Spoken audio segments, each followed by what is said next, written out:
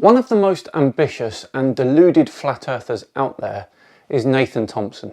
He seems to have lots of fingers in lots of flat earth pies, if you will, and regularly shows up on other people's channels. But today we're going to take a look at a topic that he has other opinions on: vaccines.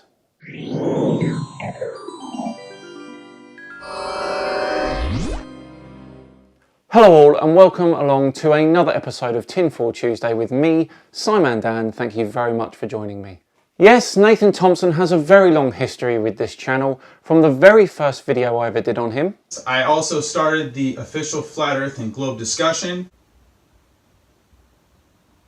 And I just want to talk to you today about the moon. There's two theories out there about what's going on in this universe. One of them is that the Earth is flat, stationary plane. It's called the geocentric model, which is incorrect. To his debate with conspiracy cats. How would you calculate the distance to Polaris there? How is your trigonometry? Can you do it? And by the way, trigonometry is something we teach to 12-year-old children in England. I'm just pointing that out. Can you calculate that distance? How would you calculate it, Nathan? I mean, so your argument is that the north, I personally can't calculate that. I don't work in kilometers. I normally work in miles. And the distance to Polaris, I have to see your measurement. I'd have to see your measurements for the distance to Polaris. Is that what you're trying to show right now? Is triangulating the distance? And most recently, his appearance in Flat Earth Millionaires Challenge video. Flat Earth Millionaire, he's got a challenge out for all the Globers to prove we live on a spinning ball. Still waiting for that payment, by the way. But today we're moving away from his Flat Earth beliefs and taking a look at a video of his entitled "Vaccines Are Poison and Injuring Kids." I know, no surprise that he's jumped on that bandwagon as well, but let's take a look at his video and see how he breaks it all down. There's no liability for vaccine makers with vaccines. So you're seeing all of these new vaccines in development almost. But if it's good, maybe I'll keep it up. Call it a vaccine. What is the video that we're watching? Who's this lady? She's an ex-pharma rep from Merck. She works for Merck. That happens a lot where people will leave the pharmaceutical companies because they find out what's going on. Didn't you say the guy that was on the doctors who did Vax, he left the show? Joe was he was a producer on the television show The Doctors. You were saying 1 in 27 kids have autism? It's something like that. The statistics, yeah, it's something like 1 in 27 or 1 in 30 boys. It's a little bit less for girls. The boys are more affected. But the vaccine in question, which you guys think causes autism, the MMR vaccine, is not sex specific. So what's going on there? The gentleman that sat next to me on the plane out here on the way to Dallas, he had a vaccine injured kid, and that's why he was super open. We talked for 2 hours about Flat Earth, but he told me he had a total normal baby. Kid was 2 years old, very responsive, got his MMR vaccine, and just blanked out. Now obviously this is a very sad story, but it does not necessarily mean that the MMR vaccine was to blame. Many children start to show signs of autism between 1 and 2 years of age, which just so happens to be a very vaccine-heavy time in their lives. It is a coincidence, nothing more. Before the profits of the pharmaceutical industry. You didn't get your kids vaccinated? No, I was warned. She was warned by her mom, who worked by the pharmaceutical company, and then some young 19-year-old lady walked up to you. I was pregnant with my first child, and I was walking through Whole Foods a long time ago when Whole Foods used to have a book section, and a lady walked up to me and handed me a book of, it was by Barbara Lowe Fisher, called A Shot in the Dark, and she handed it to me and she said, "Please read this." Now, for reference, A Shot in the Dark is a book about the DPT vaccine, more specifically the P part, which stands for pertussis, or whooping cough. Now, of course, there are side effects with all medicine, vaccines included, but the DPT vaccine is considered safe. And so at that point I'd had 2 people warn me, and I... Because you were pregnant, she walked up to you and gave you the book? Right. The guy told me on the plane yesterday, he said, anyone who's having kids, I warn them to do their research now. Research that is not correct, you mean? A little bit like flat earth research, I bet. About vaccines. And I remember telling him that we're being lied to about so much stuff, you know, space is fake and all this stuff, right? But no one's going to be more pissed off about the lies than the people who have vaccine injured children. And the reason that I started this video was Dana was telling me that 1 in every 2 kids is vaccine injured or has ear infections or bowel disease or Well, they're just chronic. they're getting chronic ear infections, which starts them out on a lifetime of antibiotics, and then their gut is all messed up, and then they're getting ear tubes, and then the vaccinated kids seem to constantly come down with strep. I'd love to see all of your evidence that vaccines are the reason for these ailments. Please? And flu and things that you just don't see in the unvaccinated kids at all. That was something that you said your neighbor got her kid vaccinated, and the next day they took the kid in and the kid had strep. My son's best friend, he was 4, got all his vaccines, and then that very night he looked really ill, and then the next day mom took him back to the doctor and he said he had strep, which of course the doctor said was just a coincidence, had nothing to do with the vaccines, even though he was fine the day before. But that's kind of how strep works, isn't it? I'm fine the day before I get it, and then I get it. And then after that, his social behavior changed, and he made animal sounds when you talked to him. This is the wildest thing that she told me. She said he would talk normally, then he got vaccines, and for months or years? It went on at least 6 months. Like I would talk to him. He was a little 4-year-old kid, and I would say hi. You know, I'd say hi to him, and he'd go roar like a lion or something. When he spoke before, and it got to the point where it was difficult to get him to speak, even though he could, and he would sometimes, and he would at home with his parents. That they became very frustrated with the behavior because he started doing that in public, and normally kids are chatterboxes. You can't get them. It was he changed overnight, and then.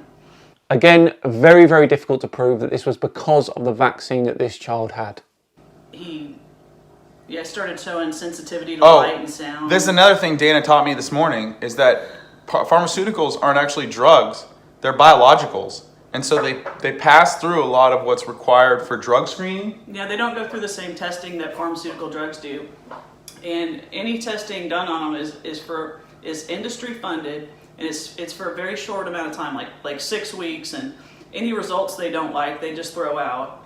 And they don't use real placebos in the tests they do on vaccines. Well, they only test one vaccine at a time. They've never ever done a study on all 72 doses of vaccines that the kids are getting these days. Altogether, wow. Now, I don't know how things are done over in the US, but here in the UK, vaccines, before they're approved, have to go through the following process. In vitro testing on mice. An initial trial with a small group of adults to make sure there are no safety concerns. Then a trial in a larger group of adults to make sure that the vaccine triggers an immune response. Then a trial in an even larger set of adults to see if there are any rare side effects and if the immune response is enough to stop the disease. Then a check of all of those trials by the regulator. Post-marketing surveillance on all those involved in the trial to make sure that all is okay. Then all of that must be approved by the NHS Research Ethics Committee, the NHS Research and Development Office, and the Health and Safety Executive. So as you can see, pretty exhaustive. Never ever done a study of the cumulative effects. So they study these vaccines one at a time, and the placebo will have all of the other things in the vaccine without the antigens. So say it'll have aluminum and formaldehyde and all this stuff in it, but it won't have the HPV virus or whatever vaccine it is. So they're fake placebos. It's tobacco science. Amusingly, there is more formaldehyde in the human body than there is in a vaccine. It is an organic compound used for cellular metabolism. Again, the human body contains between 50 and 150 milligrams of aluminium, which means that a newborn breastfed baby will receive more aluminium from its mother in the first 6 months of its life than it does from all of the vaccines it has in the same time frame. It's pseudoscience. It's not real. And they've already paid out $4 billion in vaccine injuries. Through a court, it's called the vaccine court, and it's a real it's not a fair system, and it came about as part of the 1986 Childhood Vaccine Injury Act, which gave vaccine makers made them free from liability for the damages that their vaccines cause. And so now if you have a child injured by vaccines, you can get a lawyer and you can go to vaccine court, but you can only be compensated for certain injuries. And they're compensating families for kids who have autism, but they have to use special wording and they have to call it encephalitis. And interestingly, all the money that has been awarded in settlements from this vaccine court did not determine the exact reason for the plaintiff's injury. And if you actually do the proper research, you will find that these vaccine courts are no longer taking cases related to autism. And the court is ruled over by these special masters instead of the way a normal court would be. It's a real. And who pays out? And the taxpayers pay out. Taxpayers. Yeah, pay out. So the vaccine companies have lobbied and made laws so we can't sue them. And then when the people are injured from vaccines, honest, hardworking Americans who pay for fake space are now paying for vaccine injuries. By a 75-cent tax on every childhood vaccine administered. That's so wild. That's so wild. Wow. Yeah, it's sad. No, what really is sad is that people like you guys are ignoring what vaccines have done for our population. Vaccines have dramatically halted the spread of diphtheria, polio, whooping cough, hepatitis A, hepatitis B, measles, German measles, tuberculosis, mumps, etc., etc. And has completely eradicated smallpox worldwide.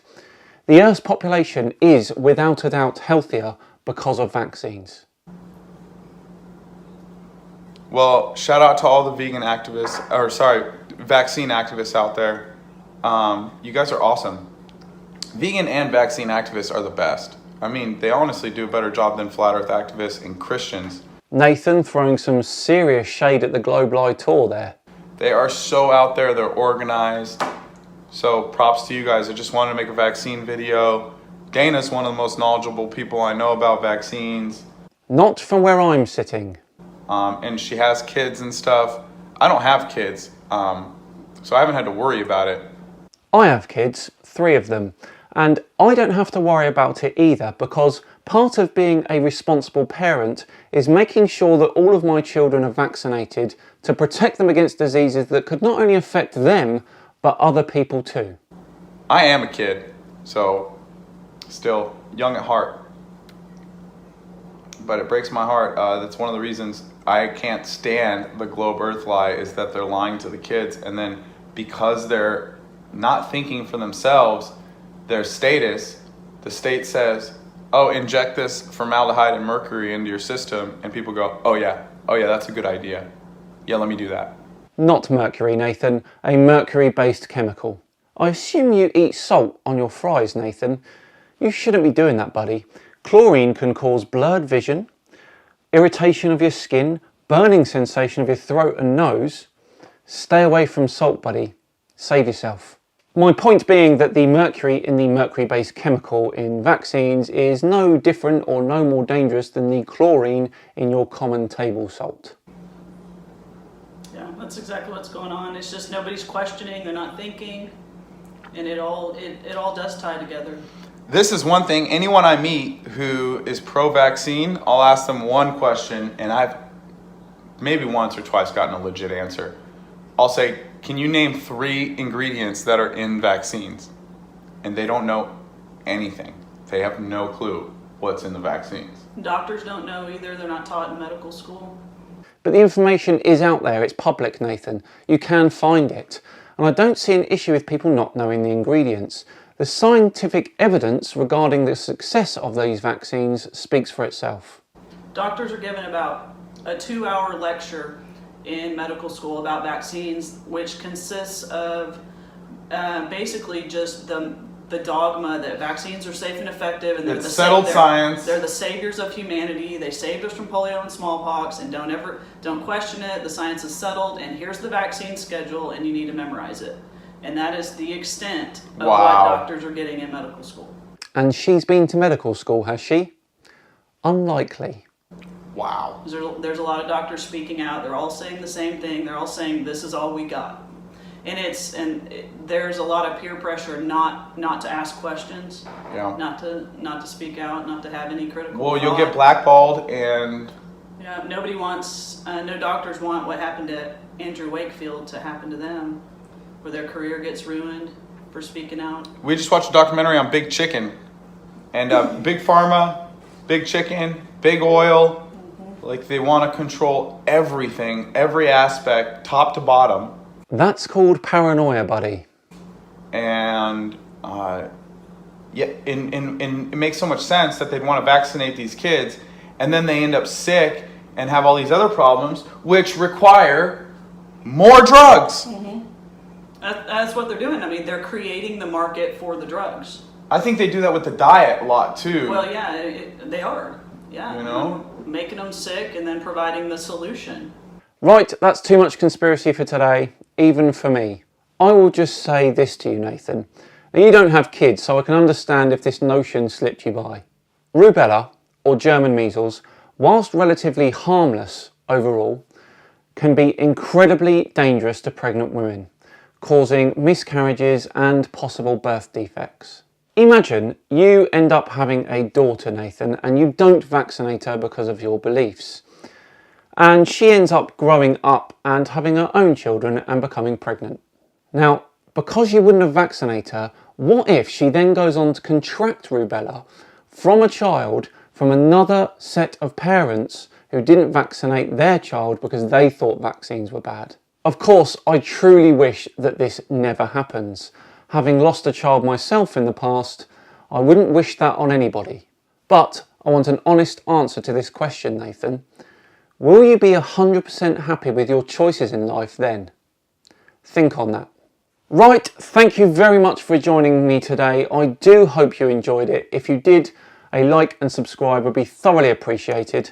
I have been Simon Dan. Have yourselves a great week, and I'll see you all on Valentine's Day, where that guy gets a love letter from Where's Wally. See you then.